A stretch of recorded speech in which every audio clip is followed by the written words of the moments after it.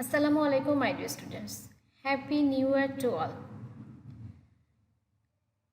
Hope all of you are very fine and safe. Welcome to the chemistry class of my students of Standard 7.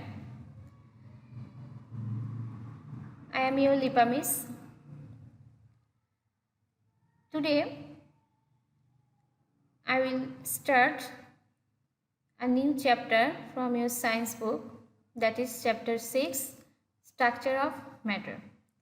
And from this chapter, mainly I will take the class on lesson 1 and 2, page number 61, 62.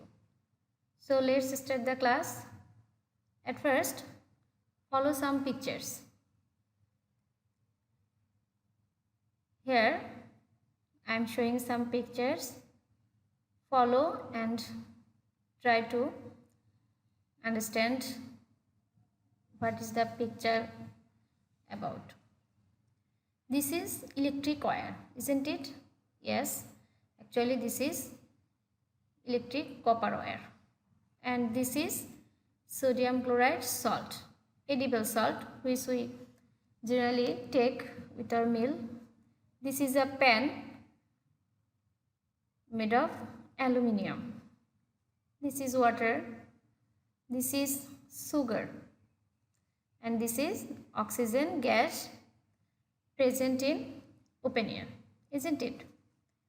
But can you guess anything why I am showing these pictures, or actually why I have represented this?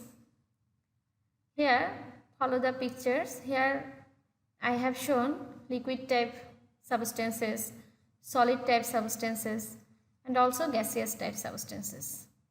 So, can you say how can we generalize these pictures? Yes, actually I have shown here different types of matters. Have you remembered about matters? You have learned in standard 6. Matters are those substances which have mass and which occupies some space, isn't it? So, here actually I have shown gaseous matters, also liquid matters, and also solid matters. But can you tell why these matters are showing different properties? That means their properties, their properties are not same, isn't it? The properties of water and the properties of oxygen gas is same? No. Also, the properties of salt or sugar, they are also different. But why? All their matters, but why their properties are not same? Today, mainly we will know about this reason. Yes, their properties are different because their structure of these matters are different. So today we will try to know about the structure of these matters. Structure of matter. At first, follow this picture. I have said this is copper wire. That means this wire is made of copper. Copper is metal, Actually, its pure form is like this. This is the copper substance, and from here this wire shape is actually given. We can give different shapes. We can sometimes we made ring for finger, isn't it, using copper metal. So this is the actually pure copper form. Now how the atoms are present inside this copper substance? Follow this. Here these are the atomic structure of copper. Follow here. These are all copper atoms. They are bonded together and form copper substance. So, if we break this copper substance into small pieces, then finally what do we get? Finally we get as a smallest particle a copper atom, isn't it? So we can say this copper substance is actually made of innumerable number of copper atom. Only copper atom, many copper atoms are present inside the copper metal. Follow the another picture. This is aluminium pen and its pure form is look like this. From here this pen shape is given. So how the atoms are arranged in aluminium? Like this. These all are aluminium atoms. They are chemically bonded and form a aluminium substance molecule, isn't it? So if we break this into smaller pieces, so as a smallest particle we will get what? Only an aluminium atom. So from these two pictures it is very clear to us iron, aluminium, copper, silver, this type of substance, oxygen, this type of substance are actually made of only one type of substance. Only atoms of that substance, single atoms of that substance, innumerable number of that substance are composed and form that substance, elementary substance, that is copper or aluminium, etc. Now follow the another picture. This is salt, sodium chloride salt, isn't it? Now you will see the atomic structure of sodium chloride. This is the atomic structure of sodium chloride. Follow the picture carefully. Here is present only one type of atoms? No. There are present two types of atoms, which I represent using blue color ball and yellow color ball. Here if we consider chlorine as blue color ball and yellow color ball as sodium atom, then follow this picture. Here how sodium and chlorine atoms are bonded together and form sodium chloride salt. Follow here, like this way in the crystal lattice sodium chloride salt actually chemically bonded. So if we break this sodium chloride salt into small pieces, then finally we will get a smallest particle like this. This is the smallest particle of sodium chloride salt, which contains one sodium atom and one chlorine atom. This smallest particle actually bear the properties of sodium chloride salt. That means the properties of sodium chloride salt, it is carried by this smallest particle, up to this smallest particle. But if we further break this smallest particle, then we will get two different atoms. They are sodium atom and chlorine atom. But these sodium atom and chlorine atom are not carry the properties of sodium chloride salt. Now they are totally different, their properties. They show the properties of sodium atom, sodium ion and chlorine ion, but they does not show the property of sodium chloride salt. Up to this smallest particle, which contains one sodium atom and chlorine atom, they show the properties of sodium chloride salt. But finally if we break this smallest particle, then we will get totally different two atoms. But this is very clear to you, I hope. The sodium chloride salt is made of more than one type substance, isn't it? Here present sodium atom and also chlorine atom. Follow the more example. This is sugar, and this is the atomic structure of one molecule sugar. That means the smallest particle of sugar, atomic structure of the smallest particle of sugar is like this. The molecular formula of sugar is this: carbon 12, hydrogen 22 and oxygen 11. So here actually total 12 carbons, total 22 hydrogen atoms and total 11 oxygen atoms are present in a molecule of sugar. So from here easily we can understand sugar molecules are also contains more than one type of substance. Here totally three types of atoms are present: carbon, hydrogen and oxygen. So if we further break this smallest particle, then we will get three different types of atoms, isn't it?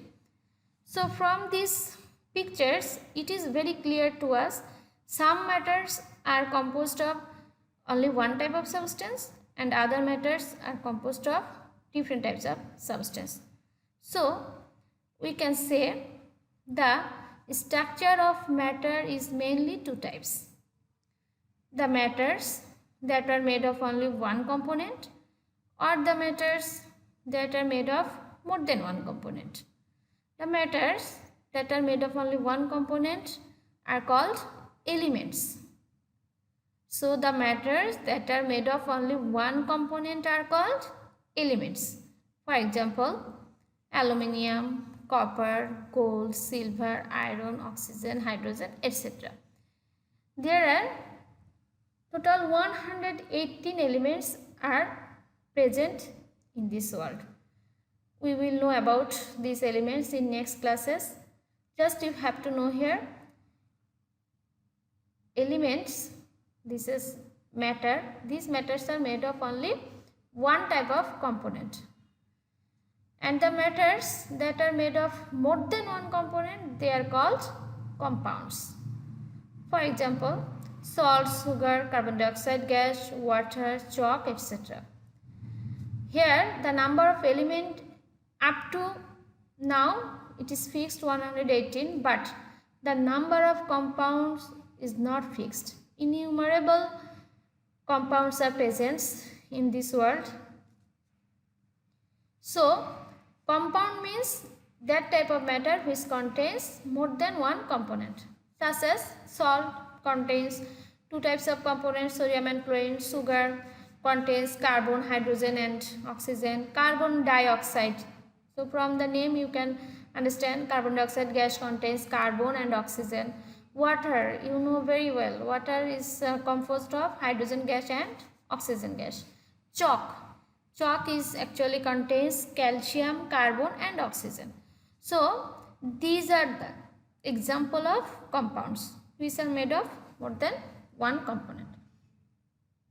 So we can say according to structure, matters are two types, element and compound. I hope you become clear about the structure of matter and why they show different properties or why matter to matter differ. Now this is clear to you. Now follow the pictures. Can you guess anything? What is the picture of? Follow another picture. Now you can guess, isn't it? Yes. Actually, these are the rusted substance. Have you heard this term? Rust. In Bengali it is called muricha. So now I will explain about the rust formation on ionic substance. We know that if we kept any ionic substance in open air, then after some days we will see, or we have seen, the iron is rusted, isn't it? This is also a chemistry. So how this rust is formed on the ionic substance, we have to know. So let's go how rust is formed. If different substance made of iron, the color of iron is dark grey, are kept in open air for some days, then a reddish brown colored layer is formed on those substance, which is called rust. Actually, why this rust is formed? Here actually a reaction is occurred, where iron reacts with atmospheric oxygen and water or water vapor and form a layer of hydrated iron oxide, which is mainly rust. So rust is a chemical compound, hydrated iron oxide, and this reaction occurs by this following equation. This is called equation. You have to write this equation in a line like to me. So iron reacts with oxygen and water or water vapor and form what? Hydrated iron oxide, which is actually known as rust. So like this way rust is formed. But why I am saying here about the rust formation? Here now can you say this rust, I have said this rust is a chemical substance. This is a matter, isn't it? But can you say this is elementary matter or compound matter? Yes, this is very clear to us. This is a compound matter because we can see from here rust is formed of iron, oxygen and water vapor. That means different types of elements and also compounds are present inside the rust. So rust is not element matter, it is must be a compound matter, isn't it? So from here different types of question may come.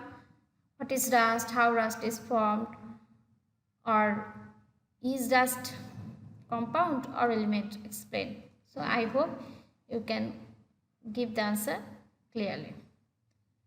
Now follow some pictures. What is this?